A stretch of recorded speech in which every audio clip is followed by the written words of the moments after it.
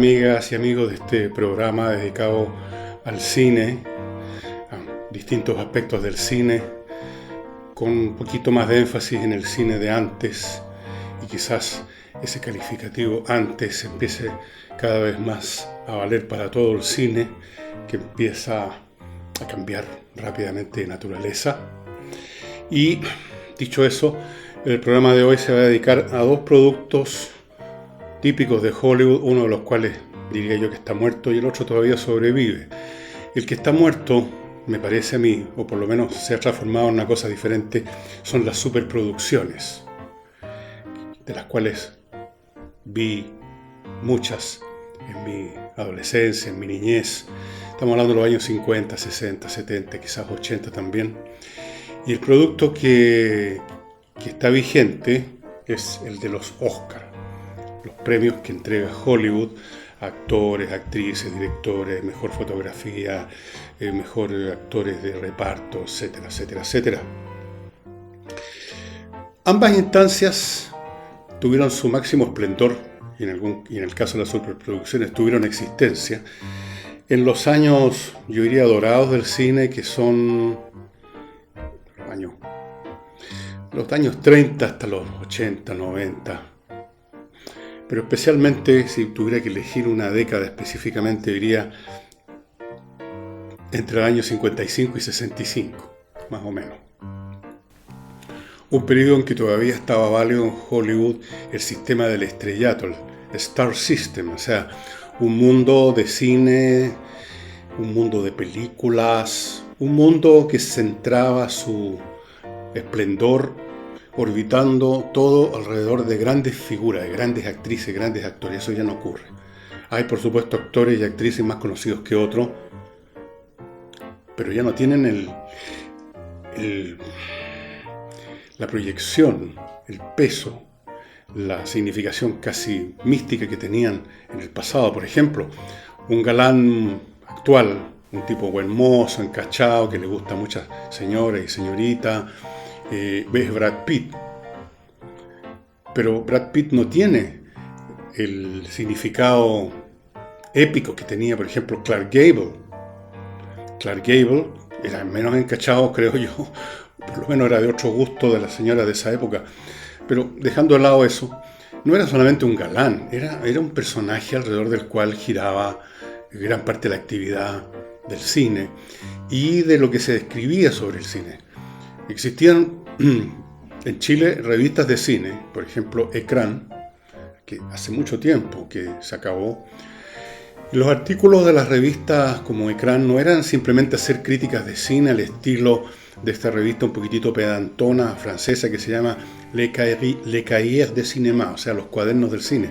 No, Ecrán era más anecdótica, más frívola, si ustedes quieren, y giraba mucho acerca de lo que estaban haciendo, de quién se estaban divorciando, con quién se estaban casando, a dónde se habían arrancado, qué intrigas o qué escándalos estaban asociados a tales o cuales grandes estrellas, grandes actores. Ese mundo desapareció. Y las superproducciones eran como ya la expresión máxima de ese periodo del cine. La superproducción era una película muy larga, alrededor de las 3 horas, un poco más, un poco menos, pero alrededor de 3 horas, que contaba en el elenco con una tremenda cantidad de estrellas de primera línea. Esa era una de las gracias de la superproducción. Uno esperaba que hubiera no solo 2 o 3 a lo sumo estrellas importantes, como en cualquier película normal, sino que esperaba que hasta el tipo que servía el café por un minuto en la película fuera una figura importante que uno reconociera. Mira, ahí está tal actor. Mira el papel, la niña que está haciendo de camarera ahí en el restaurante, fulanita de tal. Eso, era parte de la entretención. 10, 15 figuras, sin contar los nombres menos conocidos. Y creo que he contado alguna vez que esas películas con tantos actores en que se invitaba a participar, aunque fuera para un papel menor, un cameo como llaman ellos, de 1 minuto o 2 a un actor o actriz, probablemente generaban en Hollywood, entre los actores, la sensación que si a uno no lo invitaban a participar, aunque fuera por unos segundos en esa película, entonces significa que uno había caído en desgracia, que ya estaba en descenso. Los actores y las actrices hasta el día de hoy, y en general los performers de cualquier actividad más o menos que se constituye en espectáculo, están muy preocupados de quién está subiendo y quién está bajando. Se depende mucho de esos rankings. Entonces eran muy largas esas películas, eran muy costosas, tenían muchos actores y actrices, y se presentaban en dos partes, pero en la misma función. Les puedo recordar cómo eran esas funciones de cine donde se estrenaba o se estaba dando una superproducción, por ejemplo, Cleopatra, de la cual ya vamos a hablar. Cleopatra es una película de 192 minutos de duración, o sea, 3 horas y un poco más en versión de cine. Hoy en día ustedes las pueden encontrar, me parece que en DVD, y más larga todavía porque tiene menos cortes. Ustedes saben, las películas que uno ve son el resultado de muchas más horas de filmación que han sido editadas. Así que se puede editar de muchas maneras. Incluso se habla de vez en cuando del corte del director, o sea, cuál es la edición que hizo el director. Por ejemplo, en la película Das Boot, El submarino, una película alemana muy buena de los años 80, la versión que usted vio en el cine duraba un poco más de hora y media, quizás 2 horas, pero el corte del director dura como cerca de 4 horas. Usted la puede ver entre paréntesis en YouTube, el corte del director. Hay muchas escenas que fueron eliminadas porque la gente, piensan los editores, tienen una cierta resistencia para ver una película. Bueno, estas superproducciones se presentaban así. Usted, en primer lugar, se estrenaban en una sala del centro de Santiago, en una sala pitucona, y dicho sea de paso, todas las salas de cine del centro de Santiago, o casi todas, habían algunos rotativos, con entradas numeradas, eran salas muy elegantes, eran verdaderos templos. Voy a recordar algunos que en este momento se me vienen en la memoria: el Grand Palace, el Windsor, el Astor, el Rex, el Lido, el Metro. Eran tremendos lugares donde se llegaba vestido de ocasión, con traje dominguero. Nadie llegaba en short y con una camiseta manchada con tuco al cine, en ninguna función, y menos a un estreno de una superproducción. Se llegaba a los caballeros de cuello y corbata, los niños también de cuello y corbata, las señoras bien vestidas, con buenos peinados. Así se iba al cine.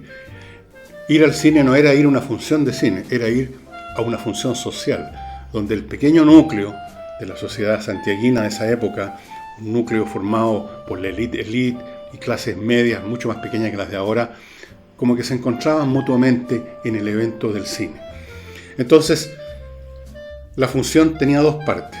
Partía la película, 1 hora y media, terminaba esa parte, en la pantalla decía intermisión, intermedio, se prendían las luces, la gente salía al foyer a fumarse unos cigarros, a ir al baño, a comprarse algunos dulces en la dulcería que siempre había en el foyer de esos cines, y luego a los 5 o 10 minutos sonaba una campanita y uno volvía a entrar a la sala y partía la segunda parte. Así se daba. Era entretenido, muy entretenido toda esa faramalla, la llegada al cine, etc. Ahora, normalmente si esa superproducción se hacía muy popular, mucha gente quería verla, las entradas había que comprarlas con alta anticipación. No era cosa de llegar el día mismo a la hora de la función y comprar la entrada en la boletería. Había que ir una semana antes a comprar, y uno elegía en una placa metálica con filas de hoyitos que representaban los asientos, y en cada hoyito había un tubito de papel que tenía el número de la localidad. Entonces uno elegía dónde quería. Quiero 2 entradas ahí en la fila H número tanto.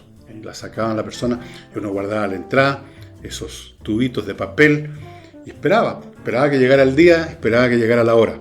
Así eran las funciones de cine de esos años, en general, de todas las funciones, pero especialmente de las superproducciones. Una famosa superproducción que casi le costó la vida, en términos financieros, al estudio que la hizo, que fue la 20th Century Fox, fue Cleopatra. Aquí tenemos un caso clásico, una película que costó una salvajada de plata. Por supuesto, grandes figuras. Cleopatra era Elizabeth Taylor, nada menos. Antonio, el amante de Cleopatra, era Richard Burton, que en la vida real también fue pareja intermitentemente de la Elizabeth Taylor. un gran actor que hizo el papel de Julio César, aunque no se parecía mucho, pero en fin, da lo mismo. Red Harrison, estaba Martin Landau, no me acuerdo qué papel hacía Martin Landau, no era tan famoso como llegó a ser después. Esta película es del año 63 y costó casi la vida de 20th Century Fox porque a medida que la película se iba haciendo, el presupuesto inicial que tenían contemplado, no sé cuántos millones de dólares, pero era una cantidad sustantiva, fue creciendo y creciendo y creciendo y creciendo. Y si ustedes ven la película, supongo que se puede encontrar en algún sitio de internet o está en algún DVD, supongo, ustedes se van a dar cuenta por qué es tan cara. La película se hizo a todo cachete. Las escenografías, la reconstrucción, hecha muy bien, por supuesto con cartón. No construyeron edificios de verdad, pero igual de Alejandría, la ciudad de Alejandría, las batallas navales, las batallas terrestres, todo el despliegue escénico, trajes, vestimenta, utilería. Y la película no terminaba nunca, además, porque, qué sé yo, no sé, no recuerdo los detalles, pero de pronto habían problemas entre los actores, se agarraban a botellazo y la cosa se paraba y hay que seguirle pagando a todos los técnicos. Cientos de personas en una producción como esta, miles incluso. Casi le costó la vida a 20th Century Fox. Yo no sé si alguna vez recuperó la plata, quizás la recuperó, pero con muchos años. Cuando se recupera la plata con muchos años, como no haberla recuperado, ¿verdad? Esa es una de las películas, una de las superproducciones famosas. Otra, El día más largo del siglo, una película sobre la invasión de Normandía, filmada en blanco y negro, curiosamente, quizás para darle un tono más realista, o quizás porque era más barato. Es más barato filmar en blanco y negro en esa época que en colores. En esa época la tecnología, recuerden ustedes, no era digital.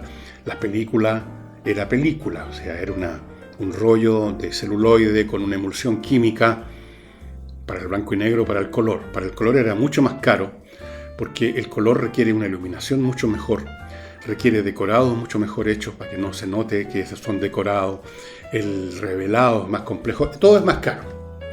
Todo tiene que hacerse con otro estándar. Es un poco lo que pasaba con la televisión cuando pasaron al estándar de alta definición. Todo se tuvo que hacer mucho mejor porque la alta definición, por definición, muestra cualquier falla, la muestra en forma cruda, cruel. Esta película, El día más largo, contó con aún más actores de primera línea. Ahí no había nadie, hasta el papel más mínimo, que no fuera una estrella de una película normal. Y por supuesto fue una mala película, como casi todas las superproducciones. Unos monstruos contrahechos que apenas se mueven, que no ofrecen otra novedad que su longitud, que su duración y que la cantidad de estrellas. Normalmente eran malas películas. A veces habían buenas, una superproducción y larga película que fue de calidad fue Lawrence de Arabia. My Fair Lady creo que también fue una película larga, no me acuerdo exactamente, y era de calidad, pero la norma en general de todo el cine norteamericano, pero la norma de las superproducciones que eran malas películas, llenas de clichés. El día más largo del siglo es para vomitar la cantidad de clichés de películas de guerra que están todas juntas. Ahí juntaron todos los clichés. Todos los clichés. El Oscar, el premio Oscar, que sigue dándose, que es una ceremonia que antes contaba con mucho más glamour que ahora, que antes contaba con mucho más interés que ahora. Era una gran función, era como un Te Deum cinematográfico. Está muy asociado con las superproducciones porque si ustedes examinan, si ustedes se dan la lata de estudiar como yo lo hice en la internet, todos los premios Óscar que se empezaron a dar desde que se inventó ese premio hasta el día de hoy, van a ver que siempre las superproducciones ganaban premios. Porque Hollywood en general, no solo el estudio en particular que había hecho una superproducción, sino que en cierto sentido todo Hollywood estaba involucrado, porque el negocio es uno solo, aunque haya competencia entre las distintas empresas, las compañías, los estudios, como llaman. Todo Hollywood tenía un interés creado en mantener el glamour, la excitación, el interés, la atracción de Hollywood en general, del cine americano en general. Y habiendo una inversión tan grande como la que era necesaria para una superproducción, había que ayudarla a recobrar los gastos en la home box office, en la caja. Así que rara vez, o sea, nunca van a ver ustedes una superproducción que no contara con muchos premios. En parte uno podría decir, bueno, cuenta con muchos premios porque una superproducción, por definición, le ponen más tinca en el tema de la toma cinematográfica, o sea, la fotografía, los escenarios, la música, buscan los mejores compositores, así que hay más probabilidades que una superproducción que se ha hecho con más cuidado, con más dinero, con más gasto, por lo mismo tenga más premios. Eso es una explicación, pero yo agregaría también esto otro, que aunque fuera un bodrio, era después de todo una inversión de Hollywood, de todo Hollywood, y había que darle un premio que la mantuviera, que ayudara a mantener y a crear el interés por ir a verla. Así que, si acaso, y esto es muy difícil que en una superproducción, pero podía ocurrir, hubieran premios a actuaciones, porque eran demasiados actores, ¿cómo diferenciar unos de otros? Pero habían premios de fotografía, habían premios de música, habían premios de efectos especiales, habían premios de toda clase de cosas. Ahora, entrando al Oscar propiamente tal. El Oscar forma parte de la industria del cine. Forma parte de los intereses y las necesidades de una industria. El cine es una industria. El cine es una industria que produce sueños prefabricados. O sea, produce sueños, no prefabricados, los fabrica, necesita gente que vea, que compre la entrada, producen muchas películas y en esa época producían muchas más que ahora, y un asunto como ese necesita no solo vender en un momento dado tal o cual película que se hizo, sino que mantener el interés en general en lo que ocurría, en lo que ocurre en el seno de la industria. Más o menos lo que sucede, pero de una forma mucho más fuerte, con la industria del vestuario.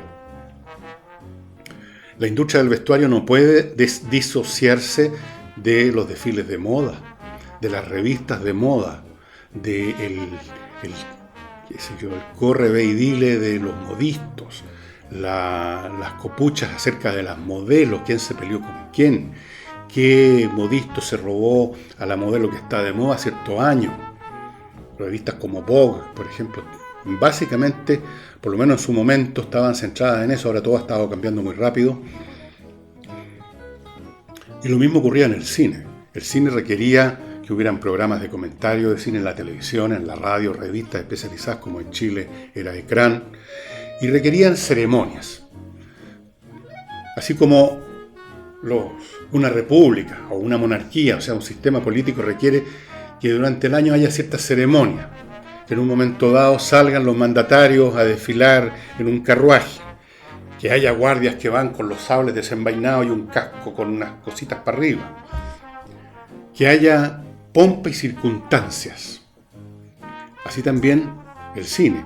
Y la ceremonia del Oscar, que yo entiendo que todavía los canales de la televisión la transmiten como un tremendo evento, y ponen a alguien a traducir, que siempre traducen como las pelotas, dicha sea de paso, llega a dar risa, forma parte de esos ceremoniales de Hollywood, donde Hollywood se celebra a sí misma, se muestra ante el mundo y ayuda a mantener el interés en la industria. Por lo tanto, este no es necesariamente, o sea, bien difícilmente necesariamente, un premio otorgado simplemente por razones de calidad. Aquí no hay un jurado que viene de otro planeta a dictaminar acerca de la película, cuál es la mejor película, el mejor actor y todo eso. Eso no se da, a propósito de escopeta, con todas las ceremonias de premio, con todos los premios en ninguna situación. Incluso en la literatura, donde no hay una ceremonia, pero si ustedes examinan los premios Nobel, por ejemplo, para ir a los más importantes, el factor político también juega, los factores de amistad, el amiguismo, porque alguien es el jurado, no vienen de otro planeta, son personas que tienen determinados gustos, determinada agenda política, determinada mirada. Este año le debería tocar a un autor africano, es así. Esto no quiere decir que los premiados no tengan mérito, estoy diciendo que el factor extraliterario influye, y en el cine con mayor razón. Está el tema costo, está el tema de proyectar y de generar y de aumentar el interés. Y, por lo tanto, una parte importante de los galardones son otorgados también considerando cuál es el clima político que está imperando. Y el clima político que está imperando es muy importante para Hollywood, porque después de todo el cine tiene que ver con los estados de ánimo, con los valores, con las percepciones, con los gustos de la gente que va a comprar o no la entrada. Usted no puede hacer un cine que trate de temas y ponga en escena personajes que no tienen nada que ver con los sentimientos de la mayoría de la población en un momento dado. Por eso que ustedes, si revisan la cartelera, por ejemplo, no digamos ni siquiera de cine, sino que de seriales de televisión ofrecidas por Netflix, por Amazon Prime Video y por otras cadenas que puedan existir, van a ver que de la noche a la mañana empezaron a aparecer infinita cantidad de series donde las protagonistas son mujeres, y en algunos casos son homosexuales, y en algunos casos se trata derechamente ese tema. Las mujeres están ahora en mayoría en las seriales, porque esa es la onda feminista. Y Hollywood siempre ha tenido buen ojo y buen oído para detectar las ondas del momento. Entonces la premiación también tiene que ver con eso.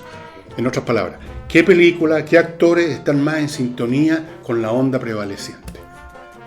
Y si usted produce la película más extraordinaria desde el punto de vista de la calidad, de la fotografía, de la actuación, pero no está en sintonía con los tiempos, si usted hace la mejor película del mundo para los años 20, por así decirlo, usted no va a ganar ni un premio. Usted tiene que hacer la mejor película para el año 2020. La película que esté en sintonía con la onda de los géneros, con la onda del discurso políticamente correcto, con la onda racial, con la onda de los latinos, con la onda de los asiáticos, con la onda demócrata quizá, o con la onda republicana, depende del día, del momento, y por lo tanto se va a tender a premiar la producción que tiene ese cariz.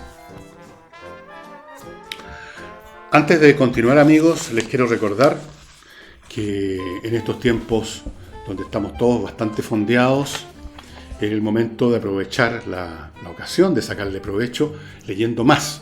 Y uno de los libros que yo les recomiendo es este libro de Ulises Caravantes, Desde los valles transversales a los canales australes, que trata principalmente, pero no únicamente, de la revolución que hubo en el norte de Chile en 1859. Hubo montones, entre paréntesis, de azonadas, revoluciones, conflictos civiles en el Chile del siglo XIX, no solo la guerra de 1891, un montón.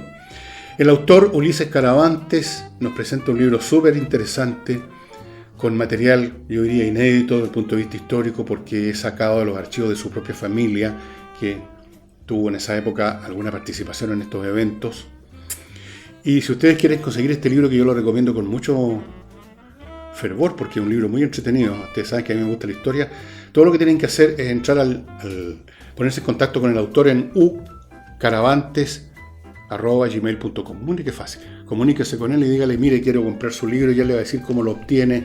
Yo no sé cómo lo hace, si lo lleva a su casa, si lo pone en algún servicio de mensajería, si lo manda por correo. Ustedes verán, a mí me llegó el libro directamente de sus manos, así que no sé, pero el hecho que le va a llegar muy pronto, muy rápido, y es un libro sumamente entretenido. El factor negocio entonces está presente en todo en Hollywood. En todo. Esto no quiere decir que de vez en cuando hay excepciones, y son películas en que con muchas dificultades nadie las quería financiar, los productores no querían participar, los estudios de cine no querían tampoco ser parte del asunto, pero de vez en cuando Hollywood, o alguien de Hollywood, digamos más bien, produce una película diferente. Y si esa película diferente hace tilín con el público, inmediatamente Hollywood, con un oportunismo instantáneo, se va a hacer partícipe de ese éxito y va a empezar a producir en serie películas que traten el tema al que le fue tan bien. Eso se ha observado 1.000.000 de veces. Hay un pionero, como en todas las cosas en la vida, hay un pionero al que nadie quiere dar bola, al que nadie le cree, del cual todos se ríen, nadie le da un peso, el pionero le achunta y todo el mundo ahí cae de hinojos por un segundo, después se olvidan del pionero y van a hacer su negocio.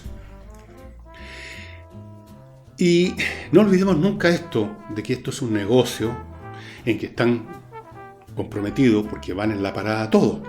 Los actores y las actrices ganan plata porque las películas se venden, los productores recuperan su inversión, los empleados de todas las miles de empleados de distintos oficios reciben un sueldo porque Hollywood gana plata.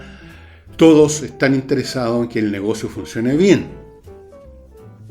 Y por lo tanto todos están absolutamente dispuestos a las comedias, a las farsas que sea necesario. Por ejemplo, estoy seguro que usted más de alguna vez ha visto en algún documental, en algún clip de la televisión, en alguna parte, el típico programa en que un poquito antes o un poquito después que se estrenaba una película que Hollywood quiere promocionar, sus principales actores son entrevistados en la televisión, por ejemplo, normalmente por un hombre ancla importante en la televisión norteamericana, los invita a su programa y llega la niña y el niño, la niña, el galán y la galana, o los que sean, y se instalan y el tipo les empieza a hacer preguntas. Y ustedes siempre, infaliblemente, van a escuchar a uno, o a los dos, o a los tres, o a todos los actores invitados a esa entrevista, diciendo, cuando les preguntan ¿y cómo fue la filmación de la película? Fue tan maravilloso el director, tan maravilloso mi compañero de trabajo, los fotógrafos, el cameraman era fantástico, los decorados maravillosos, todo maravilloso, aunque nosotros nos hayamos enterado de que los dos actores principales no se podían ver, que solamente los lograban juntar en el plató donde se filmaban la escena, aunque sepamos que el director se agarró a puñetes con el galán. Pero cuando llega el momento de hacer contar de cómo fue, todo maravilloso, qué gran actor ha sido mi compañero, aprendí tanto de él, qué gran director fulanito. Muy artificioso.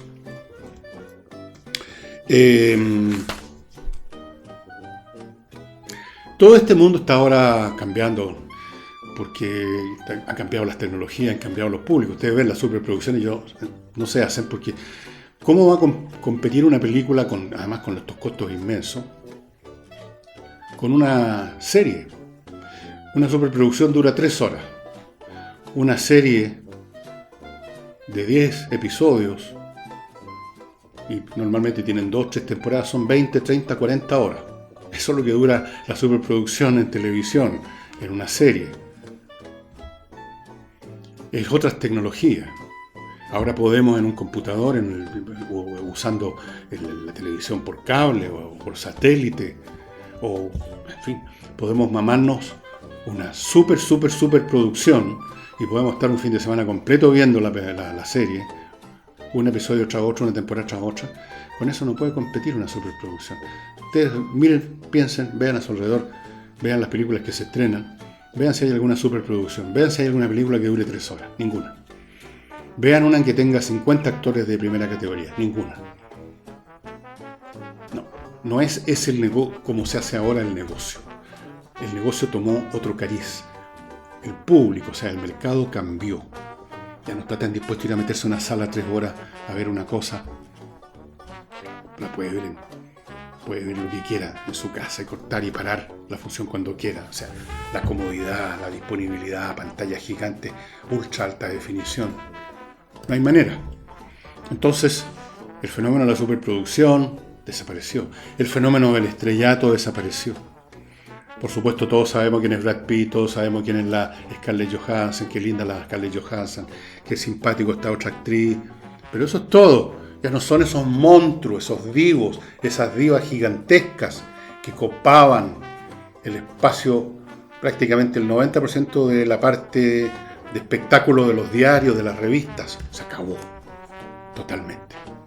Estamos entrando, y ya estamos bastante adentrados en un territorio diferente. Los Oscars van a continuar porque entre otras cosas, porque no tiene un costo especial organizar un día una ceremonia de repartición de premios. No es como invertir en una superproducción. Todavía puede servir, todavía sirve.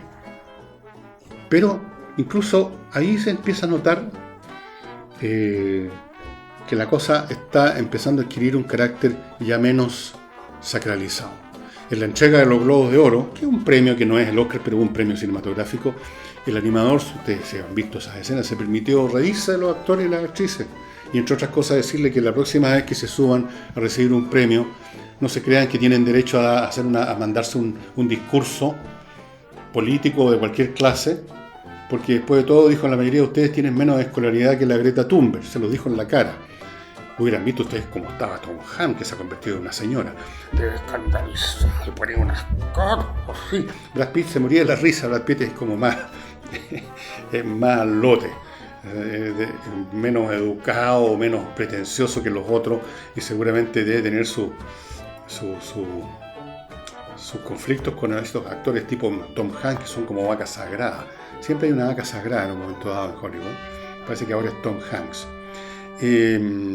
Eso, ha cambiado todo. Cuando una actividad, una ceremonia que antes era vista con expectación enorme y era hasta cierto punto seria, empieza a convertirse en motivo de risa, es que ya está entrando en su fase terminal. Eso es. Y espero que les haya gustado el programa. No olviden el libro de Ulises, ¿cómo se llama? Un nombre largo, Desde los valles transversales, los canales australes. Un libro muy entretenido. Y bueno, ojo para las personas potenciales, personas que quieran poner avisos en mis programas. Este programa parece que ya se está filmando, que lo estamos sacando una vez a la semana. Yo quería que fuera más, pero la verdad es que no nos ha dado el cuero ni tecnológicamente ni energéticamente. Pero lo estamos ya filmando una vez a la semana. Los interesados en publicitar una vez a la semana, pónganse en contacto con nosotros, contacto elvillegas.cl. Tenemos precios realmente súper atractivos, 4 veces al mes. Así es que eso. Muchas gracias y será hasta, no sé, quizá el próximo domingo. Si es que esto sale el domingo, el próximo domingo. Si es que esto sale el lunes, el próximo lunes. Hasta pronto.